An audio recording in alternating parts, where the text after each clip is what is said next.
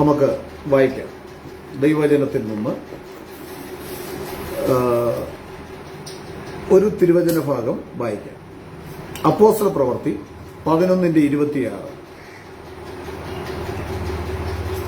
അപ്പോസ്തല പ്രവൃത്തി 11-ാം അധ്യായത്തിന്റെ 26-ാം വാക്യം. അവർ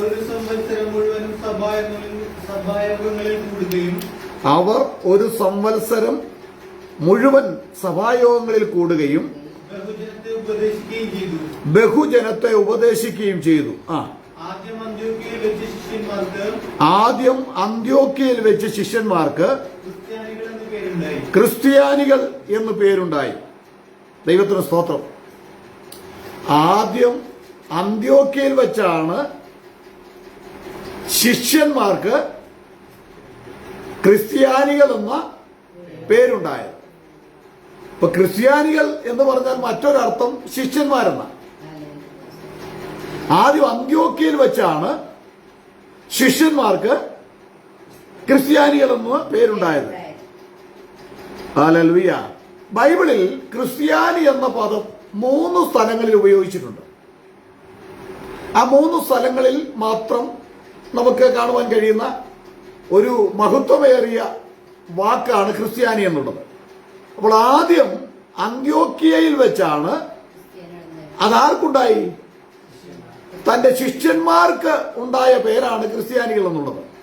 ഹല്ലേലൂയ. ഇവിടെ പറയുന്ന ഇങ്ങനെ, വായിക്കുന്ന ഇങ്ങനെയാണ്: അവർ ഒരു സംവത്സരം മുഴുവനും സഭായോഗങ്ങളിൽ കൂടുകയും ബഹുജനത്തെ ഉപദേശിക്കുകയും ചെയ്തു. ഹല്ലേലൂയ. ആദ്യം അന്ത്യോക്യയിൽ വെച്ച് ശിഷ്യന്മാർക്ക് ക്രിസ്ത്യാനികൾ എന്ന് പേർ ഉണ്ടായി. ഹല്ലേലൂയ. ക്രിസ്ത്യാനികൾ എന്നുള്ള പേര് തന്റെ ശിഷ്യന്മാർക്ക് ഉള്ള പേരാണ്. യഥാർത്ഥത്തിൽ ഒരു ക്രിസ്ത്യാനിയെ സംബന്ധിച്ച് പറഞ്ഞാൽ എല്ലാവരും കർത്താവിന്റെ ശിഷ്യന്മാരാണ്. കാരണം ആര് ശിഷ്യന്മാരാണ്, ആണെന്ന് ബൈബിളിൽ തന്നെ പറയുന്നുണ്ട്. നിങ്ങൾ തമ്മിൽ സ്നേഹിച്ചാൽ എന്റെ ശിഷ്യന്മാർ ആകും. പിന്നെ കർത്താവിന്റെ കൽപ്പന അനുസരിച്ചാൽ നമ്മൾ കർത്താവിന്റെ ശിഷ്യന്മാരാകും. അവരെല്ലാം ക്രിസ്ത്യാനികളാണ്. ഹല്ലേലൂയ. ഇവിടെ ഒന്നാമത് നമ്മൾ ക്രിസ്ത്യാനികൾ എന്ന് കാണുന്നത് എവിടെയാ?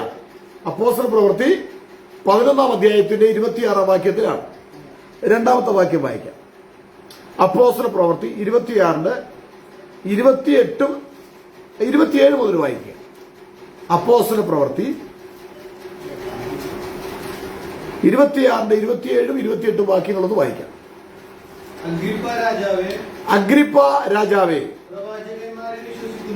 പ്രവാചകന്മാരെ വിശ്വസിക്കുന്നുവോ?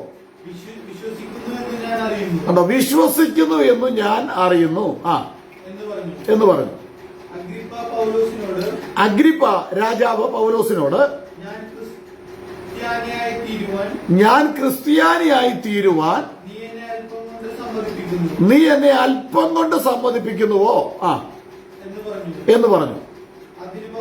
അതിന് പൗലോസ്, നീ മാത്രമല്ല, ഇന്ന് എന്റെ പ്രസംഗം കേട്ട എല്ലാവരും അല്പം കൊണ്ടാകട്ടെ അധികം കൊണ്ടാകട്ടെ ഈ ചങ്ങല ഒഴികെ, താൻ ചങ്ങലയിൽ ബന്ധിതനാണ്, ചങ്ങല ഒഴികെ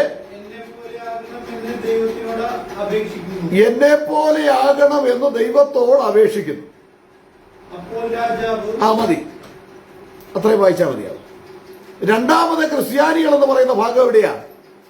അപ്പോസ്തല പ്രവൃത്തി 26-ാം അധ്യായത്തിന്റെ 27, 28 വാക്യങ്ങൾ വായിക്കുമ്പോൾ കാണും. ഒന്നാമത്തെ ക്രിസ്ത്യാനി എന്ന് പറയുന്ന ഭാഗം എവിടെയാ? അപ്പോസ്തല പ്രവൃത്തി 11-ന്റെ 26. അതെവിടെ വെച്ചാണ് ക്രിസ്ത്യാനി എന്നുള്ള പേരുണ്ടായത്? അന്ത്യോക്യയിൽ വെച്ച്. ആർക്കാണ് ക്രിസ്ത്യാനികൾ എന്നുള്ള പേരുണ്ടായത്?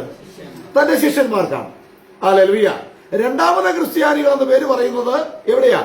അപ്പോസ്തല പ്രവൃത്തി 26-ന്റെ 27 അല്ലെങ്കിൽ 28-ാം വാക്യം. അതാരോടാ പറയുന്നത്? അത് പറയുന്നത് അന്ന് പൊതുവെ അപ്പോസ്തലന്മാരെ അല്ലെങ്കിൽ തന്റെ ശിഷ്യന്മാരെ ക്രിസ്ത്യാനികൾ എന്നുള്ള വിളി ഉണ്ട്. അങ്ങനെ വിളിച്ചു വന്നു. ഇത് രാജാവിനും അറിയാം. രാജാവിന്റെ മുമ്പിൽ ചങ്ങല ധരിച്ച് ആര് നിൽക്കുകയാണ്? പൗലോസ്ലീഹ നിൽക്കുകയാണ്.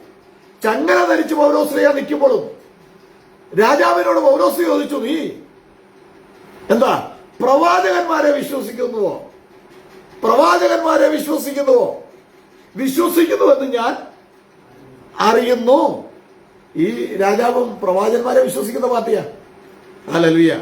ഉടനെ തന്നെ രാജാവ് പ്രവാചകന്മാരെ വിശ്വസിക്കുന്നുവെന്ന് ചോദിച്ചാൽ വിശ്വസിക്കുന്നു എന്ന് പറഞ്ഞാൽ മതി. എന്നാൽ രാജാവ് എന്താ പറഞ്ഞത്? രാജാവ് ചോദിച്ചെന്താ?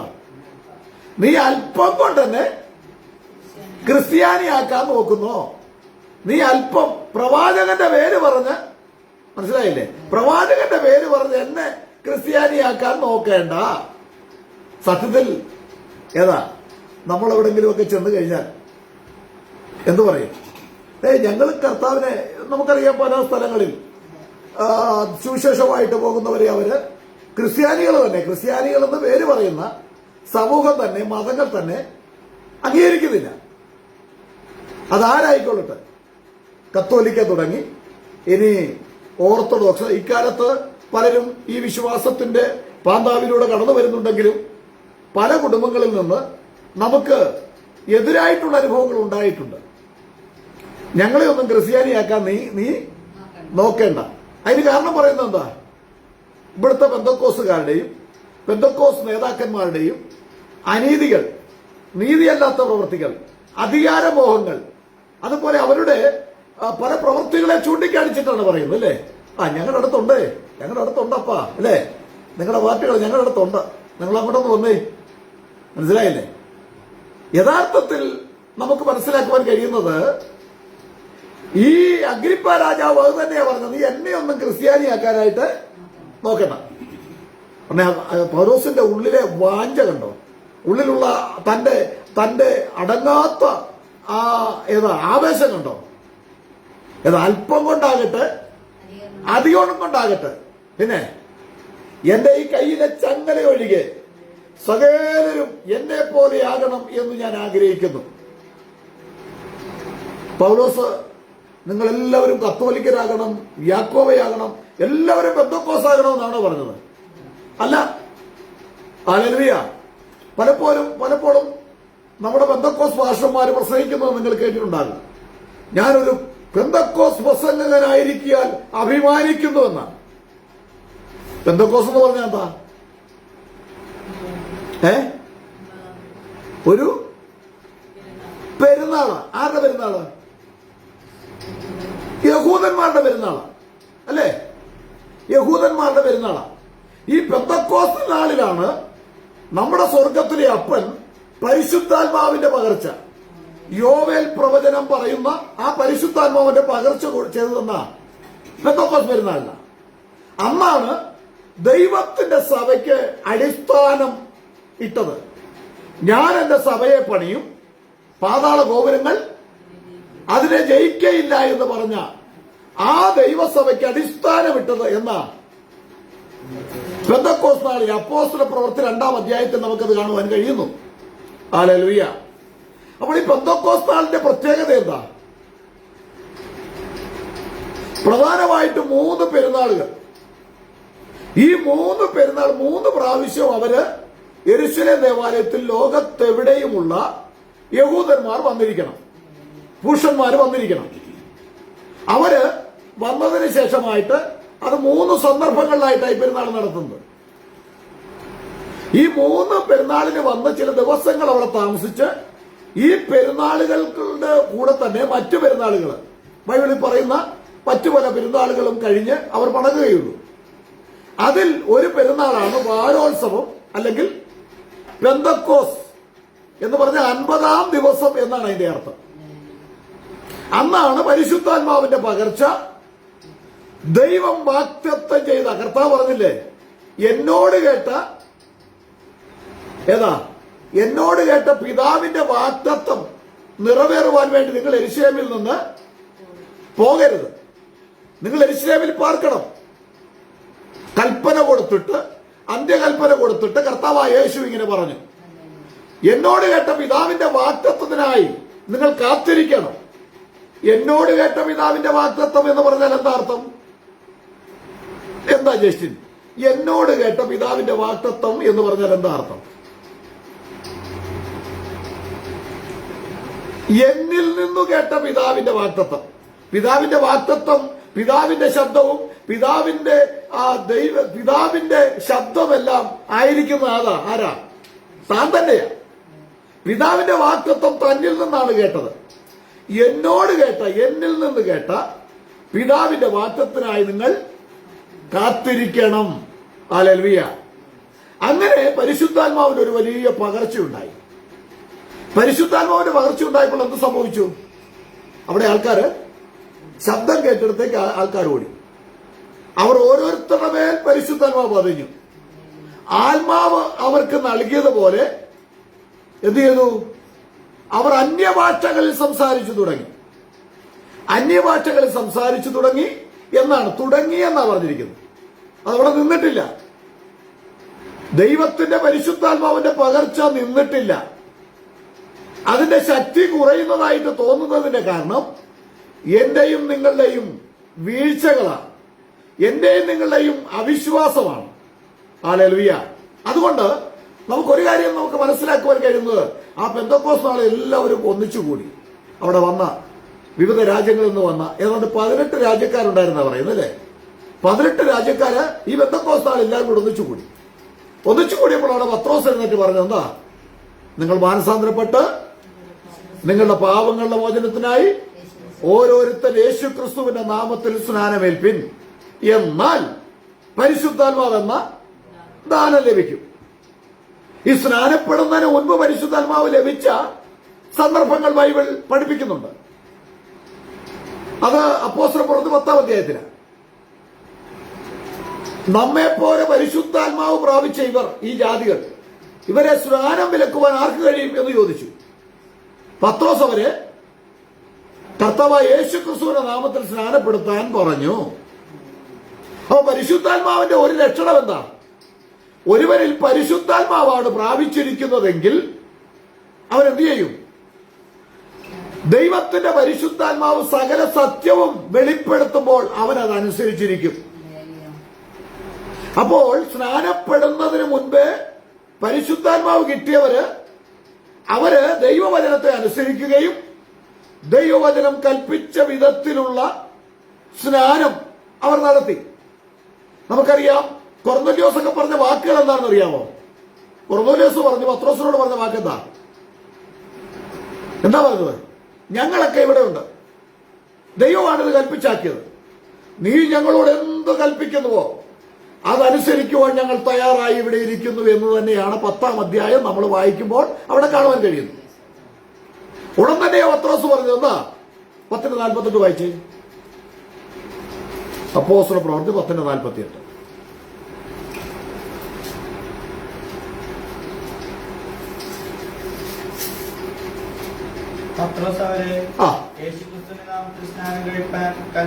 പത്രോസ് അവരെ യേശുക്രിസ്തുവിന്റെ നാമത്തിൽ സ്നാനം കഴിപ്പിപ്പാൻ കൽപ്പിച്ചു. ഇവിടെ പരിശുദ്ധാത്മാവ് സ്നാനപ്പെടുന്നതിന് മുൻപേ പരിശുദ്ധാത്മാവ് കിട്ടിയിട്ടുണ്ടെങ്കിൽ അവരുടെ പരിശുദ്ധാത്മാവ് ദൈവികമാണോ എന്നറിയുവാൻ അവർ ദൈവകൽപ്പന അനുസരിക്കുന്നുണ്ടോ എന്ന് നോക്കിയാൽ മതി. ദൈവകൽപ്പനയോട് മത്സരിച്ച് നിൽക്കുന്നുവെങ്കിൽ അവരെത്ര അന്യഭാഷ പറഞ്ഞാലും, അവരെത്ര തന്നെ പ്രാർത്ഥിക്കുന്നവരായാലും, എത്ര വലിയ പ്രസംഗകരായാലും അവരിൽ വ്യാപരിക്കുന്നത് എന്തല്ല? പരിശുദ്ധാത്മാവല്ല. പരിശുദ്ധാത്മാവ് പ്രാപിച്ച ഒരുവൻ ദൈവത്തിന്റെ കൽപ്പന അനുസരിച്ചിരിക്കും. ഹല്ലേലൂയ. അപ്പോൾ ഇവിടെ രണ്ടാമത്തെ പ്രാവശ്യം ക്രിസ്ത്യാനി എന്ന് പറഞ്ഞിരിക്കുന്ന ആരാ? ക്രിസ്ത്യാനി എന്ന് പറഞ്ഞത് അഗ്രിപ്പ രാജാവ്. എന്താ പറഞ്ഞത്? നീ എന്നെ അഗ്രിപ്പയോട് ഇത്ര ചോദിച്ചോളൂ. പൗലോസ് എന്താ ചോദിച്ചത്? പ്രവാചകന്മാരെ വിശ്വസിക്കുന്നുവോ? വിശ്വസിക്കുന്നുവെന്ന് എനിക്കറിയാം, വിശ്വസിക്കുന്നുവെന്ന് ഞാൻ അറിയുന്നു എന്നാ പറഞ്ഞത്. ഉടൻ തന്നെ രാജാവ് ചോദിച്ചത് പറഞ്ഞെന്താ? അല്ലയോ പൗലോസേ, ഈ പ്രവാചകന്മാരെ വിശ്വസിക്കുന്നു എന്ന് നീ അറിയുന്നു എന്ന് പറഞ്ഞുകൊണ്ട് ഈ അല്പം കാര്യം കൊണ്ട് എന്നെ ക്രിസ്ത്യാനിയാക്കാൻ നോക്കുകയാണ്, നടക്കുകയില്ല. പൗലോസിന്റെ ഉള്ളിലെ കൊതി എന്താ? വാഞ്ച എന്താ?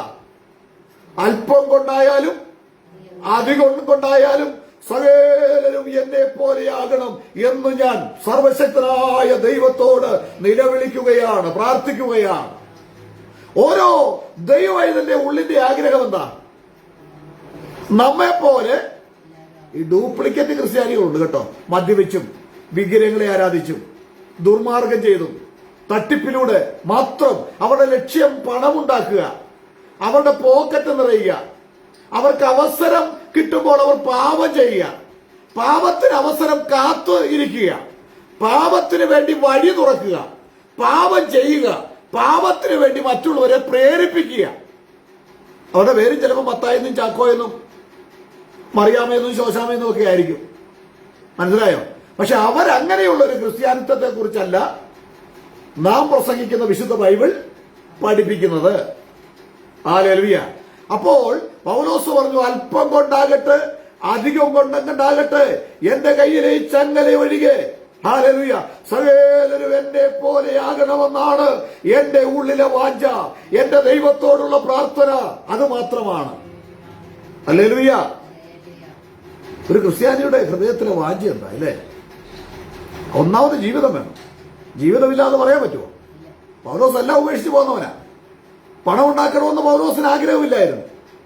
പൗലോസ് ദ്രവ്യാഗ്രഹത്തിന് വേണ്ടിയോ പാപം ചെയ്യാനോ ഈ ക്രിസ്ത്യാനിത്വം, ഈ ബൈബിൾ ദുർമാർഗം ചെയ്യുവാനും പാപം ചെയ്യുവാനും വേണ്ടി ഈ ക്രിസ്ത്യാനിത്വം പൗലോസ് എടുത്തുപയോഗിച്ചില്ല.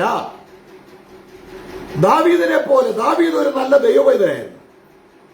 ദാവീദിന് പൊത്തിപ്പറിന്റെ വീട്ടിൽ പൊത്തിപ്പറിന്റെ സൗന്ദര്യമുള്ള ഭാര്യ ഒറ്റയ്ക്കായിരുന്നപ്പോൾ അവളുടെ പ്രേരണ ദാവീദിനെ പാപം ചെയ്യുവാൻ മാടി വിളിച്ചുകൊണ്ടിരുന്നു. അവൻ എന്താ ചെയ്തത്? അവന്റെ വസ്ത്രം ഇട്ടിട്ട് വസ്ത്രം പിടിച്ചു വെച്ചവൾ. അവൻ പറഞ്ഞ വാക്കിങ്ങനെയാ, ദാവീദ് പറഞ്ഞ വാക്കിങ്ങനെയാ, ഞാൻ ദൈവത്തോട് പാപം ചെയ്യില്ല. നീ എന്റെ യജമാനന്റെ ഭാര്യയാണ്. ഇവിടുത്തെ എല്ലാ കാര്യങ്ങൾക്കുമുള്ള ഉത്തരവാദിത്വം എന്നെ യജമാനൻ ഏൽപ്പിച്ചിട്ടുണ്ട്, നിന്നെ ഒഴികെ. അതുകൊണ്ട് ഈ മഹാപാപം ചെയ്ത്, അങ്ങനെ തന്നെയാ വാക്യം, ഈ മഹാപാപം ചെയ്ത്, ഈ മഹാദോഷം ചെയ്ത് ഞാൻ ദൈവത്തോട് പാപം ചെയ്യുകയില്ല. ഏതൊരു ദൈവവൈതലിന്റെ ഉത്തരവാദിത്വം അവൻ ആരാണെന്നുള്ള യഥാർത്ഥ ബോധ്യം വേണം. നമ്മുടെ അടുത്ത് നിൽക്കുന്ന വ്യക്തി ആരാണെന്നുള്ള ബോധ്യം വേണം. ഹല്ലേലൂയ. ആ ബോധ്യത്തോടെ ജീവിക്കുന്നവൻ മാത്രമാണ് അടുത്ത് നിൽക്കുന്ന വ്യക്തി ആരായാലും ആ വ്യക്തിയെ എന്റെ വശത്താക്കുവാൻ, ആ വ്യക്തിയെ എന്നിലേക്ക് ആകർഷിക്കുവാൻ എന്തെങ്കിലും പ്രകടനങ്ങൾ കാണിച്ച്, അല്ലെങ്കിൽ അയൽവക്കത്തുള്ളവന്റെ പണം എന്റെ പോക്കറ്റിൽ വീഴാൻ എന്തെങ്കിലും കാണിച്ച് മുൻപോട്ട് പോകുന്ന ഒരുവനും ക്രിസ്ത്യാനിയല്ല. ഹല്ലേലൂയ. അപ്പൊ പൗലോസ് അങ്ങനെയുള്ളവനാ. തന്റെ ജീവിതത്തിൽ എന്തെല്ലാം നന്മകളുണ്ടായിരുന്നു ഈ ലോകത്തിൽ, അതെല്ലാം ചപ്പും ചവറും എന്നെണ്ണിക്കൊണ്ട് അവൻ ക്രിസ്ത്യാനിയായി ഇറങ്ങിത്തിരിച്ചവനാ പൗലോസ്ലീഹ. അവനാരാ? ദമസ്കോസിന്റെ കാൽക്കീഴിരുന്ന് പഠിച്ച, അക്കാലത്തെ ഉന്നത വിദ്യാഭ്യാസമുള്ള, പണം സമ്പാദിച്ചാൽ കോടികൾ സമ്പാദിക്കുവാൻ സാധ്യതയുള്ള, ന്യായപ്രമാണത്തെക്കുറിച്ച് നന്നായിട്ട് അറിവുള്ള ഒരുവനായിരുന്നു പൗലോസ്. ആ പൗലോസ് പറയുകയാണ്, എന്താ പറഞ്ഞത്? അല്പം കൊണ്ടാകട്ടെ രാജാവേ, അധികം കൊണ്ടാകട്ടെ സകലരും എന്റെ കയ്യിൽ ബന്ധിച്ചിരിക്കുന്ന ഈ ചങ്ങല ഒഴികെ സകലരും എന്നെ പോലെയാകണം എന്നുള്ളതാണ് എന്റെ വാഞ്ച. ദൈവവൈതലെ നാം ഇത് ഗ്രഹിക്കണം. നമ്മുടെ ഉള്ളിലെ ഉള്ള വാഞ്ച, നമുക്കെന്തെങ്കിലും സമ്പാദിക്കണം, നമുക്കിവിടെ വലിയ ഉയർന്ന നിലയിൽ ജീവിക്കണം, നമുക്കിവിടെ ഒരു മണിമേട പടുത്തുയർത്തണം, നമുക്ക് അയൽവാസികൾക്കില്ലാത്ത വലിയ കാറ് മേടിക്കണം. നമ്മുടെ പലപ്പോഴുള്ള ആഗ്രഹവും പ്രാർത്ഥനയും എന്താ? നമ്മുടെ പ്രാർത്ഥനയൊന്ന് ശ്രദ്ധിച്ചേ. നമ്മൾ എന്തിനു വേണ്ടിയാ കൂടുതൽ പ്രാർത്ഥിക്കുന്നത്? കൂടുതൽ പ്രാർത്ഥിച്ചിട്ടുണ്ടോ? 90% എന്തിനു വേണ്ടിയാ? നമ്മുടെ ആവശ്യം, എന്റെ മക്കൾക്ക് ജോലി കിട്ടണം, എന്റെ മക്കൾക്ക് ഉന്നത വിദ്യാഭ്യാസം കിട്ടണം, എന്റെ മക്കൾ നല്ല നിലയിൽ പോകണം, ഞങ്ങൾക്ക് നല്ലൊരു അവസ്ഥ ഉണ്ടാകണം, കർത്താവേ അത് തരണം, ഇത് തരണം, പിന്നെ ചൊറി മാറണം. ഇതെല്ലാം ഇന്ന് ന്യൂ ജനറേഷൻ സഭകളെല്ലാം പഠിപ്പിക്കുന്നത്.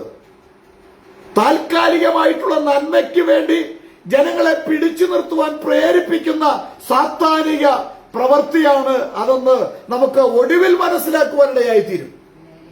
ഹല്ലേലൂയ. ഒരു ഭക്തൻ പാടിയത് പലപ്പോഴും ഞാൻ ആവർത്തിച്ച് പാടാറുണ്ട്.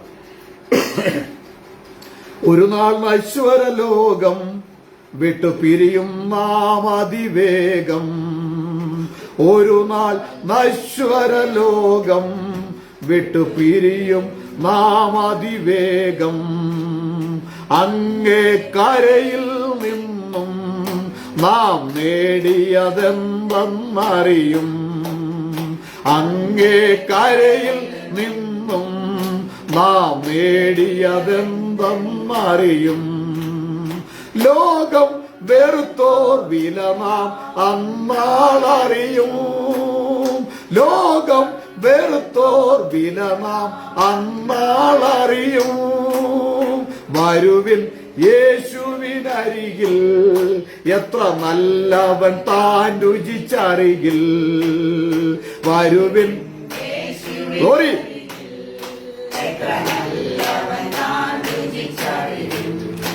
അവൻ പരിശോധനകൾ മനം ഗ്ലോറി അവൻ glory. Hallelujah hallelujah. Praise the Lord praise the Lord. ബലഹീനതയിൽ കവിയും മതിയെന്നാശ്രയിച്ചിടുകിൽ. അല്ലും പകലും മുൻപിൽ അല്ലും പകലും നടന്നായി. വരുവിൻ യേശുവിനരികിൽ, എത്ര നല്ലവൻ താൻ രുചിച്ചറികിൽ. വരുവിൻ യേശുവിനരികിൽ, എത്ര ഹല്ലേലൂയ. അഗ്രിപ്പ പൗലോസിനോട് പറയുകയാണ്, ഞാൻ ക്രിസ്ത്യാനിയായി തീരുവാൻ നീ എന്നെ അല്പം കൊണ്ട് സമ്മതിപ്പിക്കുന്നു എന്ന് പറഞ്ഞു.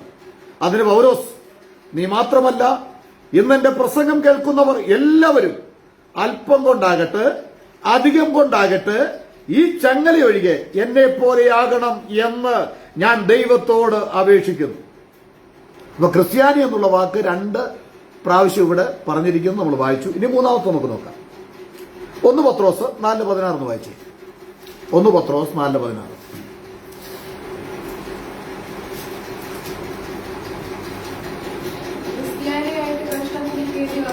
ക്രിസ്ത്യാനിയായിട്ട് കഷ്ടം സഹിക്കേണ്ടി വന്നാലോ ലജ്ജിക്കരുത്. ഈ നാമം ധരിച്ചിട്ട് ദൈവത്തെ മഹത്വപ്പെടുത്തുക അത്രയും വേണ്ടത്.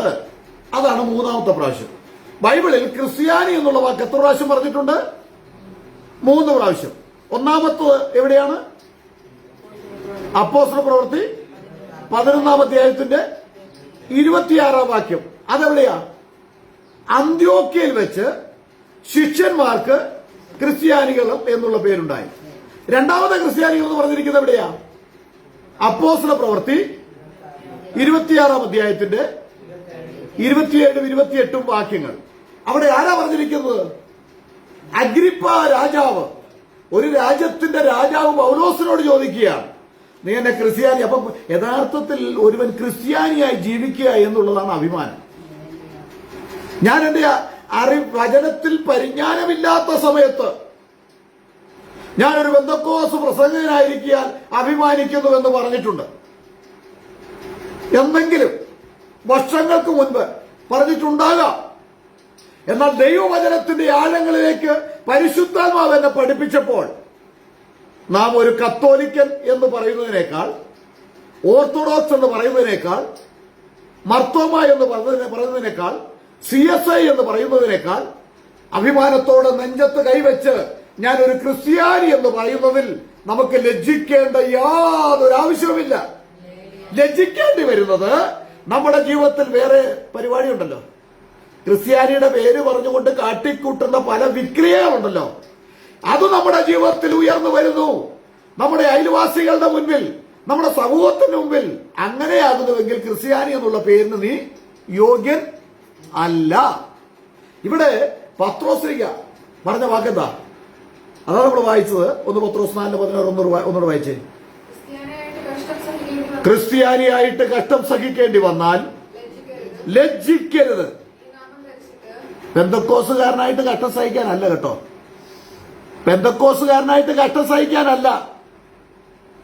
ബന്ധക്കോസുകാരനായിട്ടും കത്തോലിക്കനായിട്ടും ഓർത്തഡോക്സുകാരനായിട്ടും CSI കാരനായിട്ടും മർത്തോമക്കാരനുമായിട്ട് കഷ്ടം സഹിക്കാൻ ഒരു പ്രയാസവും ഇല്ല. പക്ഷെ ക്രിസ്ത്യാനിയായിട്ട് കഷ്ടം സഹിക്കണമെങ്കിൽ ക്രിസ്ത്യാനിയായിട്ട് ജീവിച്ചെങ്കിലേ പറ്റൂ. അല്ലാത്തവൻ ക്രിസ്ത്യാനി അല്ലെന്നേ. അങ്ങനെ പെറ്റുപെരുകിയ ഒരു ക്രിസ്ത്യാനിത്വം ബൈബിൾ പഠിപ്പിക്കുന്നില്ല. ക്രിസ്ത്യാനിത്വം എന്നുള്ളത് ഒരു അനുഭവമാണ്. ആമേൻ. ക്രിസ്ത്യാനിത്വം എന്നുള്ളത് നമ്മൾ ക്രിസ്ത്യാനിയാണ്. ഹല്ലേലൂയ. നമ്മുടെ പൂർവികന്മാര് വർഷങ്ങൾക്ക് മുൻപ് ഏതെങ്കിലും മതത്തിൽ വിശ്വസിക്കുന്നവരായിരുന്നേക്കാം, അല്ലാതെ വരില്ല. ഇന്ത്യൻ ചരിത്രം അത് തന്നെയാണ് പഠിപ്പിക്കുന്നത്. എന്നാൽ ഒരുവൻ ക്രിസ്തുവിലായാൽ അവൻ പുതിയ സൃഷ്ടിയാ. ക്രിസ്തുവിലായാൽ പുതിയ സൃഷ്ടിയാ. ഇവിടെ ക്രിസ്ത്യാനികളുടെ വകഭേദങ്ങളുണ്ട്, ഒത്തിരി ഉണ്ട് കേട്ടോ, വകഭേദങ്ങൾ. ബൈബിൾ പറയുന്ന ഒറ്റ ക്രിസ്ത്യാനിയെ കുറിച്ചാണ്. ഒരുവൻ ക്രിസ്തുവിലായാൽ, ഒരുവൻ ക്രിസ്തുവിൽ ആയിത്തീർന്നാൽ പുതിയ സൃഷ്ടിയായി മാറിടുമേ. ഒരുവൻ ക്രിസ്തുവിൽ ആയിത്തീർന്നാൽ പുതിയ സൃഷ്ടിയായി മാറിടുമേ. പഴയതെല്ലാം കഴിഞ്ഞു പോയിടും, എല്ലാം പുതിയതായി മാറിടുമേ. പഴയതെല്ലാം കഴിഞ്ഞു പോയിടും, എല്ലാം പുതിയതായി മാറിടുമേ. ആനന്ദമേ ആനന്ദമേ ആനന്ദമേ ആനന്ദമേ ആനന്ദമേ ആനന്ദമേ ആനന്ദമേ ആനന്ദമേ. ക്രിസ്ത്യാനിയായി കഷ്ടം സഹിക്കേണ്ടി വന്നാലും ലജ്ജിക്കരുത്. പിന്നെ ഈ നാമം, ഏത് നാമം? അവിടെ പറയുന്ന യേശുവിന്റെ നാമത്തെ കുറിച്ചാണോ? ആണോ? ക്രിസ്ത്യാനിയായിട്ട് കഷ്ടം, അതിന്റെ മുകളിൽ യേശുവിന്റെ നാമത്തെ കുറിച്ച് പറയുന്നുണ്ട്. എങ്കിലും ക്രിസ്ത്യാനിയായിട്ട് കഷ്ടം സഹിക്കേണ്ടി വന്നാലും ലജ്ജിക്കരുത്. ഈ നാമം ധരിച്ചിട്ട്, ഏത് നാമം ധരിച്ചിട്ട്? ക്രിസ്ത്യാനി എന്നുള്ള നാമം ധരിക്കാൻ സാധാരണ ആർക്കും പറ്റില്ല. ഇവിടുത്തെ ഒരു മത നേതാവിന് പറ്റില്ല. കാരണം ഒത്തിരി കാര്യങ്ങൾ സാമ്പത്തികമായിട്ട് കൈകാര്യം ചെയ്ത് അറിഞ്ഞു അറിയാതെ ഇവക്കെ തന്റെ തലമുറയ്ക്ക് വേണ്ടി സ്വരൂപിച്ചു വെക്കേണ്ട ഒരു സ്റ്റേജിലാണ് തന്റെ ഇരിപ്പ്. മനസ്സിലായോ? അതുപോലെ മുഖപക്ഷം കാണിക്കേണ്ട ഒരു കസേരയിലാണ് താൻ ഇരിക്കുന്നത്. തനിക്കൊരിക്കലും ക്രിസ്ത്യാനിയായിട്ട് ജീവിക്കാൻ പറ്റില്ല. ആർക്കാ? ഒരു മതത്തിന്റെ അധികാരിക്ക്. അവൻ മുഖപക്ഷം കാണിക്കണം. സമ്പത്തിൽ തനിക്ക് കിട്ടിയ സുവിശേഷ വിലയ്ക്ക് വേണ്ടി കിട്ടിയ സമ്പത്തിൽ എന്തെങ്കിലുമൊക്കെ തിരിമറിവ് നടത്തണം. അങ്ങനെയൊക്കെ ഇവിടെ ജീവിക്കാൻ പറ്റൂലേ. ക്രിസ്ത്യാനിയായിട്ട് കഷ്ടം സഹിക്കുമ്പോൾ പലതും നീ ഉപേക്ഷിക്കേണ്ടതായിട്ട് വരും. പലതും ചപ്പും ചവറുമായി എണ്ണേണ്ടതായിട്ട് വരും. പലതും നിന്റെ മുൻപിൽ വന്ന് മാടി വിളിക്കും. പക്ഷേ നീ ക്രിസ്ത്യാനിയാണോ? അതിനെയെല്ലാം തട്ടിമാറ്റി നിന്റെ ലക്ഷ്യം ഏതാ പൗലോസ് പറയുന്നത്? സകലരും എന്നെ പോലെയാകണമെന്ന് ഞാൻ എന്റെ ദൈവത്തോട് അപേക്ഷിക്കുകയാണ്. അതാണ് ക്രിസ്ത്യാനിയായി ജീവിക്കുക എന്ന് പറഞ്ഞാൽ എളുപ്പമുള്ള കാര്യമല്ല. ഹല്ലേലൂയ. ക്രിസ്ത്യ ജീവിതം പോൽ ഭാഗ്യം പാരിലെന്തുള്ളൂ. ക്രിസ്ത്യ ജീവിതം പോൽ ഭാഗ്യം പാരിലെന്തുള്ളൂ. ക്രിസ്തീയ ജീവിതം പോലെയുള്ളൊരു അവൻ ക്രിസ്തീയ മകൾ ഭാഗ്യമാം ജീവിതം പാരിലെന്തുള്ളൂ. മകൾ ഭാഗ്യമാം ജീവിതം പാരിലെന്തുള്ളൂ. ക്രിസ്ത്യ ജീവിതം പോൽ ഭാഗ്യം പാരിലെന്തുള്ളൂ. ക്രിസ്ത്യ ജീവിതം പോൽ ഭാഗ്യം പാരിലെന്തുള്ളൂ. പരിഹാസം ചൊല്ലി ശത്രു നേർക്കു വരുമ്പോൾ, പരിഹാസം, ഗ്ലോറി, ഹല്ലേലൂയ, ആമേൻ, സ്തോത്രം പാടി ആശ്വസിപ്പാൻ ശക്തി നൽകുന്ന, ഗ്ലോറി, സ്തോത്രം പാടി ആശ്വസിപ്പാൻ ക്രിസ്ത്യ ജീവിതം പോൽ ഭാഗ്യം പാരിലെന്തുള്ളൂ. ഭാഗ്യം പാരിലെന്തുള്ളൂ. ഓ കൂട്ടുകാരിൽ പാരമായിട്ടെന്നെ. ആമേൻ. ഗ്ലോറി. നല്ല പെറ്റമ്മയിൽ അൻപേറുന്ന യേശു പോരായോ. നല്ല പെറ്റമ്മയിൽ അൻപേറുന്ന യേശു പോരായോ. ക്രിസ്ത്യ ജീവിതം പോൽ ഭാഗ്യം പാരിലെന്തുള്ളൂ. ക്രിസ്ത്യ ജീവിതം പോൽ. ഹല്ലേലൂയ. ക്രിസ്ത്യാനിയായി കഷ്ടം സഹിക്കേണ്ടി വന്നാലും നിങ്ങൾ ലജ്ജിക്കരുത്. ഈ നാമം ധരിച്ചിട്ട്, ഏത് നാമം? ക്രിസ്ത്യാനി എന്നുള്ള ആ നാമം ധരിച്ചിട്ട് ദൈവത്തെ മഹത്വപ്പെടുത്തണം. അതാ ഞാൻ പറഞ്ഞത് എല്ലാവർക്കും ക്രിസ്ത്യാനിയായി ജീവിക്കാൻ സാധിക്കയില്ല. എല്ലാവർക്കും പെന്തക്കോസ്തുകാരനായി ജീവിക്കാൻ സാധിക്കും. എല്ലാവർക്കും കത്തോലിക്കനായി ജീവിക്കുവാൻ സാധിക്കും. എല്ലാവർക്കും ഒരു പക്ഷേ ഒരു ഓർത്തഡോക്സുകാരനായിട്ടോ മർത്തോമക്കാരനായിട്ടോ CSI കാരനായിട്ടോ ഒക്കെ ജീവിക്കാൻ കഴിയും. എന്നാൽ പല പല സംഘടനകളിൽ ക്രിസ്ത്യാനികളുണ്ട്. അവരവിടെ കിടക്കുക. അവർ ക്രിസ്തീയ സ്വഭാവം കാണിക്കുന്നുണ്ട്. പല സംഘടനകളും ക്രിസ്തീയ സ്വഭാവം കാണിക്കുന്ന ക്രിസ്ത്യാനികൾ ഉണ്ട്. അത് ചുരുക്കം ചിലരായിരിക്കും. ഹല്ലേലൂയ. വിളിക്കപ്പെട്ടവർ അനേകരെങ്കിലും തിരഞ്ഞെടുക്കപ്പെട്ടവർ ചുരുക്കമാണ്. ഹല്ലേലൂയ. എല്ലാ സ്ഥലങ്ങളിലും പെന്തക്കോസ്ത് പ്രസ്ഥാനങ്ങളിൽ എല്ലാം ക്രിസ്ത്യാനികളുണ്ട്. പക്ഷെ അവര് ഈ പെന്തക്കോസ് എന്ന ചട്ടക്കൂട്ടിന് അടിമയായിട്ട് അവർ മുമ്പോട്ട് പോവുകയാണ്. അവരുടെ സാധാരണ ഇന്നുള്ള ജനങ്ങളുടെ ഏറ്റവും പേടി എന്താണ്? കുറച്ച് നാളുകൾക്ക് മുമ്പ് നമ്മളിവിടെ കൊച്ചിയിലൊക്കെ വന്ന് പ്രവർത്തിക്കുന്ന ആദ്യ കാലങ്ങളിലൊക്കെ വലിയ പ്രശ്നമായിരുന്നു. എന്താ? നമ്മളെവിടെങ്കിലും വീട്ടിൽ ചെന്ന് സുവിശേഷം പറഞ്ഞു കഴിഞ്ഞാൽ ചത്താൻ എവിടെ മൂടും? ഇവിടെ എല്ലാം പറഞ്ഞു വരുത്തി അവരെ എവിടെയോ ആളില്ലാത്ത ഒരു സ്ഥലത്ത് കൊണ്ടുപോയി കടലിൽ മുക്കുകയാ, വെള്ളത്തിൽ മുക്കിക്കൊല്ലുകയാ. ആ ഗതികേടിലേക്ക് നിങ്ങൾ പോകണോ? പണ്ടൊക്കെ ഒരു 34 വർഷത്തിന് മുമ്പ് ഇവിടെ പറഞ്ഞ് ജനങ്ങൾ പരുത്തിയ സംഗതിയാ. ഹല്ലേലൂയ. കൊണ്ട് എവിടെ മൂടും? നിങ്ങൾക്ക് പള്ളിയുണ്ടോ? നിങ്ങൾക്ക് ശ്മശാനമുണ്ടോ? ഇതൊക്കെയായിരുന്നു നമ്മുടെ മുൻപിൽ ചോദിച്ച ചോദ്യങ്ങൾ. അതിനെയൊക്കെ അതിജീവിച്ചുകൊണ്ട് കൊച്ചിയുടെ പ്രദേശങ്ങളിൽ ആയിരക്കണക്കിന് ആൾക്കാര് രംഗത്ത് വന്നപ്പോൾ ആദ്യം ദൈവസ്ഥയിലേക്ക് വരുന്നവർ എല്ലാം കൂടെ തന്ന് നമ്മളെ അനുഗ്രഹിക്കുകയില്ല. ഒരു മുകളിലേക്ക് നമ്മൾ കയറണമെങ്കിൽ ഓരോ സ്റ്റെപ്പ് നമ്മൾ എന്ത് ചെയ്യണം? ചവിട്ടി ചവിട്ടി മുൻപോട്ട് പോകുമ്പോഴാ ഉന്നത നിലയിലേക്ക് എത്തുന്നത്. ക്രിസ്ത്യാനിത്വം അങ്ങനെ തന്നെയാണ്. അങ്ങോട്ട് വരും പറഞ്ഞ് നമ്മളെ നിലനിർത്താൻ വേണ്ടി ദൈവം പലതും ചെയ്യും. എങ്കിലും ഇവിടെ വാരിക്കോരി സമ്പാദിക്കുന്നതെല്ലാം ക്രിസ്ത്യാനികൾക്ക് കിട്ടും. ക്രിസ്ത്യാനികൾക്കുള്ളതാണ്. ഞങ്ങള് ഈ ബൈബിളും ഒക്കെ ആയിട്ട് ബാഗിനകത്തിട്ട് തോളിൽ അങ്ങനെ ഒരു ബൈബിളുണ്ട്. അത് വിട്ടുകൊണ്ട് ഈ കൊച്ചിയുടെ തീരപ്രദേശങ്ങളിലൂടെയൊക്കെ സഞ്ചരിക്കുമ്പോൾ ആൾക്കാർ പറയും, ദേ പൈസ പാർട്ടിയായിട്ട്. ചിലപ്പോൾ അന്ന് നമ്മൾ കഞ്ഞി കുടിച്ചിട്ടുണ്ടാകില്ല. അന്ന് നമ്മൾ പട്ടിണിയായിരിക്കും. നമ്മുടെ ചിലപ്പോൾ 5 രൂപയോ 10 രൂപയോ കാണുള്ളൂ. ഞാൻ ഇവിടെ നിന്ന് എറണാകുളത്ത് 5 രൂപ കൊണ്ട് എറണാകുളത്ത് പോയിട്ടുണ്ട്. ഒരു പ്രാവശ്യം കുറച്ച് സാധനം വാങ്ങാനായിട്ട് എന്റെ പേഴ്സിനകത്ത്, ഞാൻ അതിനുശേഷം പേഴ്സ് അങ്ങനെ ഉപയോഗിച്ചിട്ടില്ല കേട്ടോ. എന്റെ പേഴ്സിനകത്ത് ഒരു 40 രൂപയേ ഉള്ളൂ. കുറച്ച് എന്തെങ്കിലുമൊക്കെ പച്ചക്കറി മേടിക്കാമല്ലോ. അവിടെ ചെന്ന് കാര്യങ്ങളെല്ലാം കുറച്ച് മേടിച്ച് നോക്കിക്കഴിഞ്ഞപ്പോ പേഴ്സില്ല. പേഴ്സ് പോയി. എന്ത് ചെയ്യും? ഭാഗ്യത്തിന് അന്ന് ശകലം ചില്ലറ പൈസ എന്റെ പോക്കറ്റിലുണ്ടായിരുന്നു. പാൻസിന്റെ പുറയിലാണ് ഇതിട്ടിരുന്നത്. അത് പോയി. ഞാൻ തിരിച്ചതുപോലെ തന്നെ പോന്നു. ഹല്ലേലൂയ. കാരണം അന്ന് നമ്മൾ വളരെ കഷ്ടതയും വളരെ ദാരിദ്ര്യവും അനുഭവിച്ച ഈ പുസ്തകമായിട്ട് ഈ കൊച്ചിയുടെ തീരപ്രദേശങ്ങളിലൂടെ സഞ്ചരിച്ചത്. പക്ഷെ ഇവിടെ ഉള്ളവർക്ക് അറിയത്തില്ല. എന്റെ ബാഗിനകത്ത് നിറച്ച് പണവുമായിട്ട് നമ്മുടെ യോസഫിയാടന്റെ വീട്ടിലോട്ട് കയറിയിട്ടുണ്ട് പാർട്ടി. ഹല്ലേലൂയ. ദൈവത്തിന് സ്തോത്രം.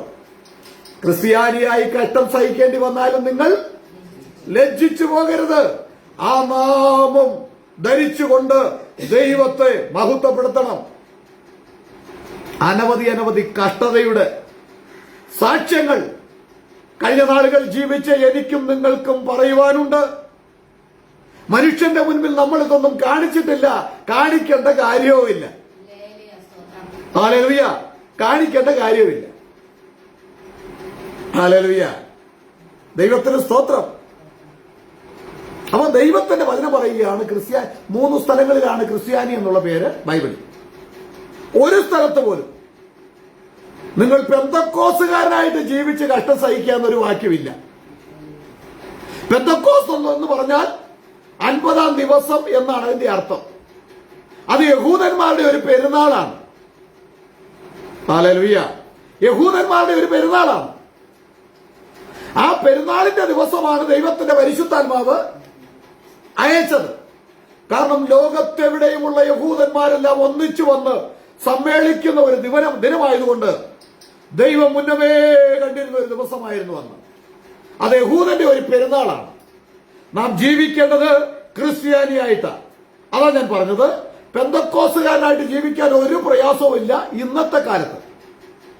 അല്പം തരികയുടെ പരിപാടിയൊക്കെ ഉണ്ടെങ്കിൽ പോക്കറ്റിൽ കാശ് നിറയും. ഏതാ, ഒരു പ്രവാചകനായിട്ട് ഇറങ്ങിയാലും മതി. ഒരു പ്രവാചകനായിട്ട് ഇറങ്ങിയാലും മതി. പ്രവാചകനായിട്ട് ഇറങ്ങുന്നവർക്ക് ഏറ്റവും എന്നോടൊരിക്കല് ഞാനൊരു അച്ഛനെ സ്നാനപ്പെടുത്തി. നിങ്ങൾക്ക് അറിയാവുന്ന അച്ഛനാണ്. ആ അച്ഛൻ എന്നോട് പറഞ്ഞു, എന്റെ ഭാഷ അബുദാബിയിലാണെന്ന് തോന്നുന്നു, ഒരു വലിയ ധനമുള്ള ഒരു പണപ്പാർട്ടിയുണ്ട്. ആ പണപ്പാർട്ടി എടുത്ത് അന്ന് ചെന്ന് കഴിഞ്ഞ് പ്രവചിക്കുന്നവർക്ക് 1 ലക്ഷം രൂപ കൊടുക്കും. എന്നോട് പറഞ്ഞത്, അച്ഛൻ മരിച്ചുപോയി. അതേസമയത്ത് നന്നായിട്ട് പ്രസംഗിച്ചാൽ, വലിയ പ്രസംഗമാണെങ്കിൽ ആ പ്രസംഗിക്കുന്ന വ്യക്തിക്ക് 25,000 രൂപ കൊടുക്കും. ആർക്കാ അവിടെ ഡിമാൻഡ്? സത്യവചനത്തെ യഥാർത്ഥമായി പ്രസംഗിക്കുന്നവനേക്കാൾ ഉപരിയായിട്ട് എന്തെങ്കിലും വിധത്തിൽ ന്യായരഹിതമായി ദൈവത്തിന്റെ വചനത്തെ കോട്ടി മാറ്റിക്കളഞ്ഞ് മറ്റുള്ളവന്റെ മുൻപിലേക്ക് കയറി ചെല്ലാനുള്ള സ്വാധീനം ചെലുത്തുവാനായിട്ട് കഴിയുമെങ്കിൽ അവിടെയാണ് അവന് വളരെയധികം നിലനിൽപ്പുള്ളത്. ദൈവത്തിന്റെ വചനം പറയുന്നത് എന്താ? വചനം പ്രസംഗിക്കുക, സമയത്തിലും അസമയത്തിലും ഒരുങ്ങിയിരിക്കുക എന്നാണ്. ഒരു ക്രിസ്ത്യാനിയെ കുറിച്ച് ദൈവം ആഗ്രഹിക്കുന്നത് ഇതാ. പ്രവചനത്തെ നിഷേധിക്കുകയല്ല. പ്രവചനമുണ്ട്, അന്യഭാഷയുണ്ട്, ദൈവത്തിന്റെ പരിശുദ്ധാത്മാവിന്റെ പ്രവൃത്തി അന്നും ഇന്നുമുണ്ട്. ഇന്നത് കുറയുന്നതായി തോന്നുന്നത് മനുഷ്യന്റെ ജീവിതത്തിന്റെ ആ പ്രത്യേകമായിട്ടുള്ള അവന്റെ ജീവിതത്തിന്റെ തകരാറ് നിമിത്തമായിട്ടാണ്, അവന്റെ പരാജയ നിമിത്തമായിട്ടാണ്. ദൈവത്തിന്റെ സ്തോത്രം. ദൈവത്തിന്റെ പ്രവൃത്തിക്കല്ലാതെ യാതൊരു വിധത്തിലുള്ള ഒരു തടസ്സവുമില്ല. ഹല്ലേലൂയ. ക്രിസ്ത്യാനിയായിട്ട് കഷ്ടം സഹിക്കേണ്ടി വന്നാലും ലജ്ജിക്കരുത്. നമുക്ക് 1 പത്രോസ് 4:12 മുതലുള്ള വാക്യങ്ങളൊന്ന് വായിക്കാം. 1 പത്രോസ് 4. പ്രിയമുള്ളവരെ, നിങ്ങൾക്ക് പരീക്ഷയ്ക്കായി സംഭവിച്ചിരിക്കുന്ന അഗ്നിശോധനയെങ്കിൽ ഒരു അപൂർവ കാര്യം നിങ്ങൾക്ക് വന്നുകൂടി എന്ന് വെച്ച് അതിശയിച്ചു പോകരുത്. ക്രിസ്തുവിന്റെ കഷ്ടങ്ങൾക്ക് പങ്കുള്ളവരാകും തോറും സന്തോഷിച്ചുകൊള്ളുവിൻ. വായിച്ചു. അങ്ങനെ നിങ്ങൾ അവന്റെ തേജസ്സിന്റെ പ്രത്യക്ഷതയിൽ ഉല്ലസിച്ചാനന്ദിപ്പാൻ ഇടവരും. പിന്നെ ക്രിസ്തുവിന്റെ നാമം ഹേതുവായി നിന്ന സഹിക്കേണ്ടി വന്നാലും നിങ്ങൾ ഭാഗ്യവാന്മാർ.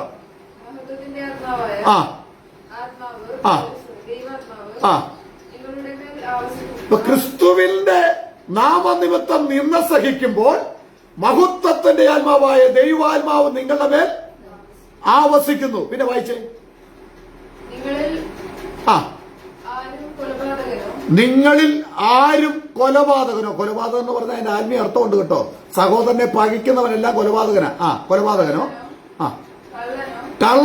കള്ളനെന്ന് പറഞ്ഞാൽ ഈ ദൈവനാമത്തിൽ ദൈവത്തിന്റെ പേര് പറഞ്ഞുകൊണ്ട് സ്വന്തം സമ്പത്ത് വർദ്ധിപ്പിക്കുന്നവൻ, വീടിന്മേൽ വീട് കൂട്ടുന്നവൻ, അവനാണ് കവർച്ച ചെയ്യുന്നത്. കള്ളനോ ദുഷ്പ്രവർത്തിക്കാരനോ ആയിട്ടല്ല കഷ്ടം സഹിക്കേണ്ടത്. കണ്ടോ, ഇവിടെ മനസ്സിലായോ? അപ്പൊ ക്രിസ്ത്യാനിയായിട്ട് ജീവിക്കുക എന്ന് പറഞ്ഞാൽ എന്താ? ഒത്തിരി പ്രയാസമാണ്. അതാ പാട്ട് പാടിയത്. എന്താ? പരിഹാസം ചൊല്ലി ശത്രു നേർക്ക് വരുമ്പോൾ സ്തോത്രം പാടി ആശ്വസിപ്പാൻ ശക്തി നൽകുന്നു എന്നാ പറഞ്ഞത്. ഹല്ലേലൂയ. ഇവിടെ 1 പത്രോസ് 4:12 വായിക്കുമ്പോൾ, പ്രിയമുള്ളവരെ, നിങ്ങൾക്ക് പരീക്ഷയ്ക്കായി സംഭവിച്ചിരിക്കുന്ന അഗ്നിശോധനയെങ്കിൽ, അപ്പം ക്രിസ്ത്യാനിക്ക് എന്തുണ്ടാകും? അഗ്നിശോധനയുണ്ടാകും.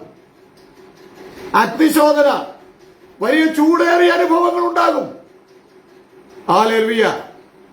ചന്ദ്രക്ക്, മേശക്ക്, അബേദ്നെഗോ എന്ന് പറയുന്ന പഴയ നിയമ വിശുദ്ധന്മാർക്ക് എന്തുണ്ടായി? അവരെ അഗ്നിയിലേക്ക് വലിച്ചെറിഞ്ഞു. എന്നാൽ ലോകാവസാനത്തോളം എല്ലാ നാളും കൂടെ ഇരിക്കാമെന്ന് പറയുന്ന ദൈവസാന്നിധ്യം അവിടെ ഇറങ്ങി വന്നു. അവരെ അഗ്നിയിലേക്ക് വലിച്ചെറിഞ്ഞവന്റെ കണ്ണിന്റെ നഗ്ന നേത്രങ്ങൾക്ക് മുൻപിൽ നാലാമതായി ഒരുവൻ ആ തീയിലൂടെ നടക്കുന്ന കാഴ്ച കണ്ടു. അപ്പോൾ ഒരുവൻ അഗ്നിശോധനയിലൂടെ കടന്നു വരുമ്പോൾ നാം അറിയണം, അവിടേക്ക് ദൈവ സാന്നിധ്യം ഇറങ്ങി വന്ന് നമ്മളെ വിടുവിക്കുന്നവനാണ്. ഹല്ലേലൂയ, ദൈവത്തിന് സ്തോത്രം. അതാ പൗലോസ് പറഞ്ഞിരിക്കുന്നത്, ആരെ വിശ്വസിച്ചിരിക്കുന്നു എന്ന് ഞാൻ അറിയുന്നു, അവൻ എന്റെ ഉപനിധി, ആ ദിവസം വരെ സൂക്ഷിപ്പാൻ ശക്തനെന്ന് ഞാൻ ഉറച്ചിരിക്കുന്നു. Hallelujah, praise the Lord, hallelujah. പ്രിയ സ്നേഹിതരെ, ഇവിടെ അഗ്നിശോധനയെങ്കിൽ ഒരു അപൂർവ കാര്യം. എന്താ ഇങ്ങനെയൊക്കെ സംഭവിക്കുന്നത്? ഇവിടെ ക്രിസ്ത്യാനിയായിട്ട് വന്നാൽ ഇതൊക്കെ വരുമോ? അങ്ങനെ വല്ലതും പുറകോട്ട് പോയിട്ടുണ്ടില്ല. നമുക്കറിയാം, നമ്മുടെ കണ്ണിന്റെ മുമ്പിൽ ചില പ്രശ്നങ്ങളുടെ മുമ്പിൽ പിടിച്ചു നിൽക്കാൻ കഴിയാതെ വിട്ടുപോകുന്നതിനെ ഓർത്തെങ്കിൽ മടങ്ങിപ്പോകുവാൻ ഇടയുണ്ടായിരുന്നുവെന്നാണ്. പലരും വിട്ടുപോയി. നക്ഷത്രങ്ങൾ പോലീ ലോകെ ശോഭിച്ചോരിൽ ചിലരെ കാണുന്നില്ല ഞാനീ ലോകെ. ഓ നക്ഷത്രങ്ങൾ പോലീ ലോകെ ശോഭിച്ചോരിൽ ചിലരെ കാണുന്നില്ല ഞാനീ ലോകെ. എന്നോ നിവേഗെ വന്നിടും വിശ്രാമ നാട്ടിൽ എത്തിയിടുവാൻ. ഉണ്ടോ ഇനി കാലദൈർഘ്യം, എത്ര നാൾ ഞാനോടണം? ചൊല്ലിടുക ആത്മാവേയൻ ആശ്വാസത്തിനായി. ഗ്ലോറി, ചൊല്ലിടുക ആത്മാവേയൻ. ഓ നക്ഷത്രങ്ങൾ പോലീ ലോകെ ശോഭിച്ചോരിൽ. ഗ്ലോറി.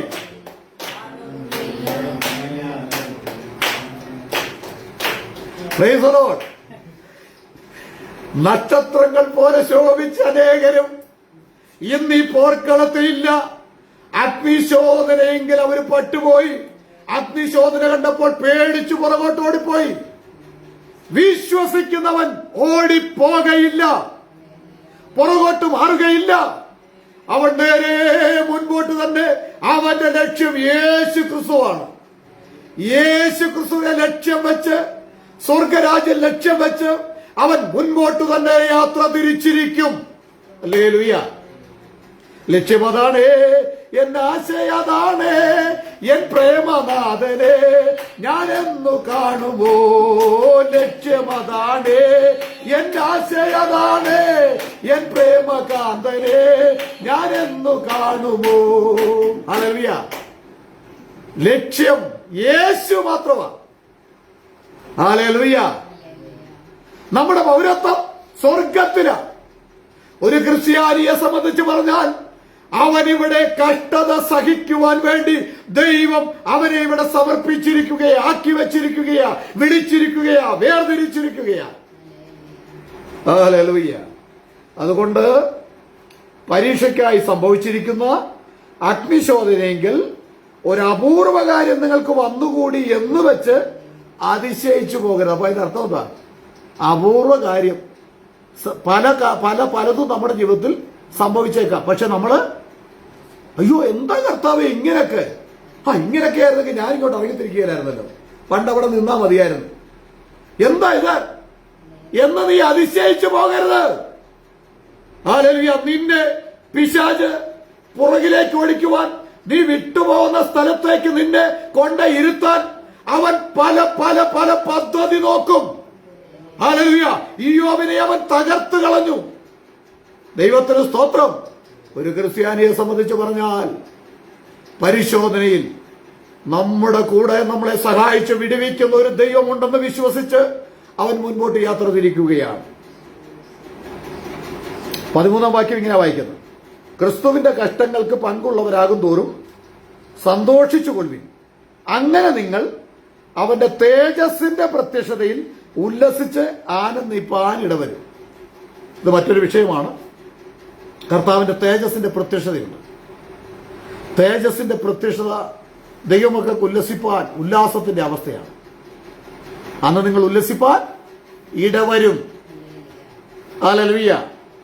അതുകൊണ്ട് ക്രിസ്തുവിന്റെ കഷ്ടങ്ങൾക്ക് പങ്കുള്ളവരാകും തോറും സന്തോഷിച്ചു കൊള്ളുവിൻ. സന്തോഷിപ്പിൻ, വീണ്ടും സന്തോഷിപ്പിൻ, സ്വർഗ സന്തോഷത്തിൽ നിറയുവിൻ. സർവസമ്പൂർണനാം നാഥൻ ചെയ്ത നന്മകൾ ധ്യാനിച്ചു സന്തോഷിപ്പിൻ. സർവസമ്പൂർണനാം നാഥൻ ചെയ്ത നന്മകൾ ധ്യാനിച്ചു സന്തോഷിപ്പിൻ. സന്തോഷിപ്പിൻ, വീണ്ടും സന്തോഷിപ്പിൻ, സ്വർഗ സന്തോഷത്താൽ നിറവിൻ. സർവസമ്പൂർണനാം നാഥൻ ചെയ്ത നന്മകൾ ധ്യാനിച്ചു സന്തോഷിപ്പിൻ. സർവസമ്പൂർണനാം നാഥൻ ചെയ്ത നന്മകൾ ധ്യാനിച്ചു സന്തോഷിപ്പിൻ. രക്ഷകനാം പ്രിയന്റെ പാലകനേശുവിന്റെ, രക്ഷകനാം പ്രിയന്റെ പാലകനേശുവിന്റെ ഓ നാമമുയർത്തുക. അവൻ നാൾതോറും മോദമായി എന്നും സന്തോഷിപ്പിൻ, വീണ്ടും സന്തോഷിപ്പിൻ, സ്വർഗ സന്തോഷത്താൽ നിറവിൻ. സർവസമ്പൂർണനാം നാഥൻ ചെയ്ത നന്മകൾ ധ്യാനിച്ചു സന്തോഷിപ്പിൻ. സർവസമ്പൂർണനാം നാഥൻ ചെയ്ത നന്മകൾ ധ്യാനിച്ചു സന്തോഷിപ്പിൻ. Price the Lord. ദൈവത്തിന്റെ വചനം എന്താ പറഞ്ഞത്? യേശുക്രിസ്തുവിന്റെ ആ പ്രസംഗത്തിൽ ആ മലയുടെ മുകളിൽ കയറി പ്രസംഗിച്ചപ്പോൾ എന്താ പറഞ്ഞത്? നിങ്ങളെക്കുറിച്ച് എല്ലാ തിന്മയും കളവായി പറയുമ്പോൾ നിങ്ങൾ സന്തോഷിച്ചുല്ലസിച്ചവന് മഹത്വം കൊടുപ്പി. ഹല്ലേലൂയ. ക്രിസ്ത്യാനിത്വം എന്നുള്ളത് അഭിമാനത്തോടെ ജീവിതത്തെ സമർപ്പിച്ച് യേശുവിനെ ലക്ഷ്യമാക്കി യേശുവിന് വേണ്ടി മാത്രം ജീവിക്കുന്ന ജീവിതമാണ് എന്നുള്ള കാര്യം ദൈവമൈതലേ നീ മറന്നു പോകരുത്. നിന്നെക്കുറിച്ച് ദൈവത്തിന് ചില പദ്ധതികളുണ്ട്. നിന്നെക്കുറിച്ച് ദൈവത്തിന് ചില കാര്യപരിപാടികളുണ്ട്. നിന്റെ പ്രോഗ്രാം തീർന്നു പോയിട്ടില്ല. ഇവിടെ നിന്നെ കുറിച്ച് ദൈവത്തിന്റെ പദ്ധതി നിറവേറ്റുവാൻ ദൈവം നിന്നെ നിർത്തിയിരിക്കുകയാണ്. അനേക കാര്യങ്ങൾ വിശദീകരിക്കാനുണ്ടെങ്കിലും ഞാനിന്ന് പകൽക്കാലം അതിനുവേണ്ടി ഞാൻ മുൻപോട്ട് പോകുന്നില്ല. പിന്നാലെ നമുക്ക് ദൈവം അവസരം തരുമ്പോൾ പല കാര്യങ്ങൾ ചിന്തിക്കുവാൻ കർത്താവ് നമുക്ക് കൃപ ചെയ്യട്ടെ. ഇവിടെ കടന്നു വന്നിരിക്കുമെന്ന് ഓർത്തുകൊള്ളുക. നമ്മളെ ക്രിസ്ത്യാനിയായിട്ടാണ് ദൈവം വിളിച്ചത്. ദൈവം ക്രിസ്ത്യാനിയായിട്ട് ജീവിക്കാനാണ് വിളിച്ചത്. 3 സ്ഥലങ്ങളിൽ ക്രിസ്ത്യാനി എന്നുള്ള പേരുണ്ട്. ക്രിസ്ത്യാനിയായിട്ട് കഷ്ടം സഹിച്ചാലും ലജ്ജിക്കരുതെന്ന് പറഞ്ഞിട്ടുണ്ട്. വേറൊരു മതത്തിനു വേണ്ടി നിൽക്കാൻ, അതിനുവേണ്ടി കീജെ വിളിക്കുവാൻ, അതിനുവേണ്ടി യുദ്ധം ചെയ്യുവാൻ, ഒരു സംഘടനയ്ക്ക് വേണ്ടി യുദ്ധം ചെയ്യുവാൻ, ഒരു മത സംഘടനയ്ക്ക് വേണ്ടി കീജെ വിളിക്കുവാൻ വേണ്ടിയല്ല ദൈവം തന്റെ കർത്താവായ യേശു ക്രിസ്തു തന്റെ രക്തം ചിന്തി തന്റെ ജീവൻ ബലിയർപ്പിച്ച് നമ്മളെ നേടിയത് ഒരു മതത്തിനു വേണ്ടി കീജെ വിളിക്കുവാനല്ല. പിന്നെ ആർക്കു വേണ്ടി? യേശുവിനെ ഉയർത്തുവാനാണ്. ഞാനോ ഉയർത്തപ്പെട്ടാൽ സകലരും എങ്കിലേക്ക് ആകർഷിക്കപ്പെടും. അതുകൊണ്ട് മതത്തെയും മതത്തിന്റെ ആചാരങ്ങളെയും മതത്തിന്റെ സകല തത്വസംഹിതകളെയും പുറകിലേക്ക് വലിച്ചെറിഞ്ഞുകൊണ്ട് നാം മുൻപോട്ട് യാത്ര തിരിക്കണം. യേശുവിന്റെ മുഖത്തേക്ക് നോക്കി യാത്ര തിരിക്കണം. അവനാണ് നമ്മുടെ രക്ഷകൻ, അവനാണ് നമ്മുടെ ദൈവം, അവനാണ് നമ്മുടെ നാഥൻ, അവനാണ് പരിപാലകൻ. ദൈവത്തിന് സ്തോത്രം. ആ യേശുവിനെ നോക്കി ജീവിപ്പാൻ ദൈവമായ കർത്താവ് സഹായിക്കട്ടെ. നമുക്കൊരു നിമിഷം പ്രാർത്ഥിക്കാം. കരുണാസമ്പന്നനായ സ്വർഗീയ നല്ല പിതാവേ, ഈ അനുഗ്രഹീതമായ നല്ല സമയത്തിനായി നന്ദിയോടെ സ്തോത്രം ചെയ്യുന്നു. അടിയങ്ങൾ യഥാർത്ഥ ക്രിസ്ത്യാനിയായി ജീവിപ്പാനുള്ള ഭാഗ്യം കർത്താവ് തരണം. അതിനുവേണ്ടിയാണ് അങ്ങ് വിളിച്ചിരിക്കുന്ന അടിയങ്ങൾ അറിയുന്നു. ഈ ലോകത്തിലെ താൽക്കാലിക സുഖങ്ങളല്ല അടിയങ്ങളുടെ ലക്ഷ്യം. എന്നാൽ ബാലസിംഹങ്ങളിന് കിട്ടാതെ വിശന്നിരിക്കുമ്പോൾ യഹോവയെ അന്വേഷിക്കുന്നവർക്ക് ഒരു നന്മയ്ക്കും മുടക്കം വരികയില്ല എന്ന വചനം പറയുന്ന അതേ രീതിയിൽ അങ്ങടികളെ നടത്തിക്കൊണ്ടിരിക്കുന്ന, ജയാളിയായി നടത്തിക്കൊണ്ടിരിക്കുന്ന നമ്മുടെ വലിയ കൃപയ്ക്കായി നന്ദിയോടെ സ്തോത്രം. കേൾവിക്കാരായിരിക്കുന്ന എല്ലാ ജനത്തെയും അനുഗ്രഹിച്ച് യഥാർത്ഥ ക്രിസ്തീയ പാന്താവിലൂടെ നടത്തുവാൻ വേണ്ടി പ്രാർത്ഥിക്കുന്നു. കൃപ കൂടിയിരിക്കണം യേശുവിന്റെ ധന്യനാമത്തിൽ തന്നെ. ആമേൻ. Praise the Lord. ദൈവമായ കർത്താവ് എല്ലാവരെയും അനുഗ്രഹിക്കട്ടെ. സ്തോത്രം.